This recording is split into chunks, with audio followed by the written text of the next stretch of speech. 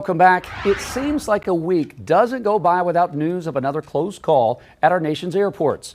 That begs the question, is worker fatigue from the air traffic controller shortage contributing to these near misses? The FAA is looking for applicants to ease the strain, and the hiring window is now open. Chief Transportation Correspondent and pilot May-Kay Beeler joins us with the question, do you have what it takes to be an air traffic controller? May-Kay, what do you think? Well, let's see. Okay. How would you like to be ATC? A little too stressful. Yep. Yeah.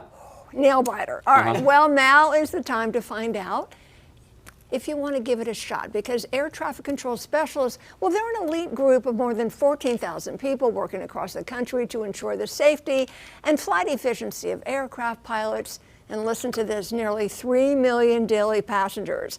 Well, FAA controllers, they work for more than 400 airport towers and radar facilities. They manage 50,000 flights a day, but the FAA needs 3,000 more controllers, and they are actively searching for the best and brightest. Officials say retirement, burnout rates, and applicants dropping or flunking out of training are all contributors to the shortage. So in an effort to get hiring numbers up to speed, the FAA has streamlined the hiring process. They're changing the previous 8-step process to 5 steps. This will accelerate the time to hire by shaving more than 4 months off the process, according to officials. Eligible candidates must submit an application through USA Jobs, take the air traffic control skills assessment test, and pass medical and security clearances. If you pass all that, then you're going to attend the FAA Academy in Oklahoma City. Yeah, so the application window, it closes March 17th. As we said, it's nail biting, it's high skill, it involves intense focus, high energy environments. If you think it's too nerve-wracking, maybe the money will sway you. Most controllers are making a 6-figure salary within 3 years. Okay, so it sounds good in terms of the salary and all that. What are the qualifications to apply if people are interested, May-Kay? Okay, so here we go. So the FAA has pretty rigorous qualification requirements. Health conditions. If you have hearing loss, heart disease, certain mental disorder, it could disqualify you. It is essential to review the robust medical standards before applying. So here we go.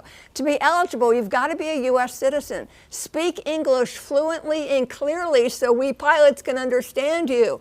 Be younger than 31 years of age before the closing date of the application period. The mandatory retirement age is 56, and they want you to have at least 20 years of service so you can get a pension. Have either 1 year or full-time work experience, or 1 year of higher education, or both.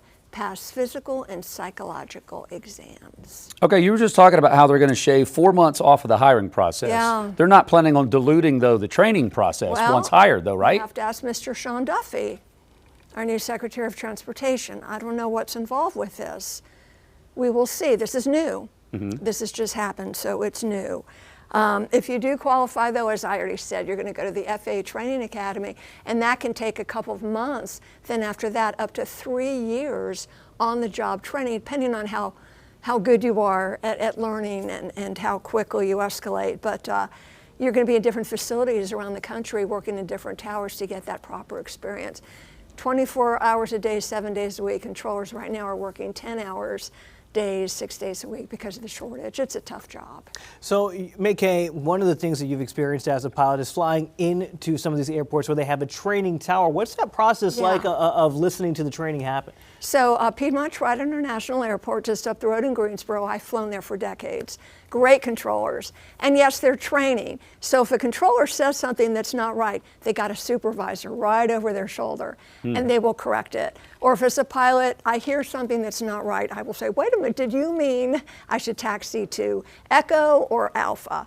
And they, oh, we're sorry. But they don't let anything bad happen. The supervisor is there. But it's been pretty seamless, my experience. We are literally almost out of time, but I'm really curious about this point. The burnout rate we know is astronomical. Yeah.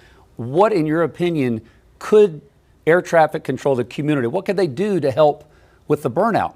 I mean, until they hire more, it's difficult because you're wearing those people out, but what could they do? Shorter shifts?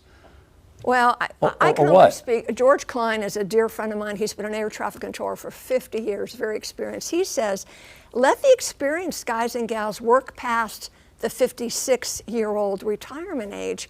If they have the health, they have to have the medical, and they're not burned out, let them work longer, and that'll help fill in the gap till we can get younger people up to snuff. That's what George said, and I think that's a good idea. Not bad. Interesting take. Anyway, just March 17th, get your applications in.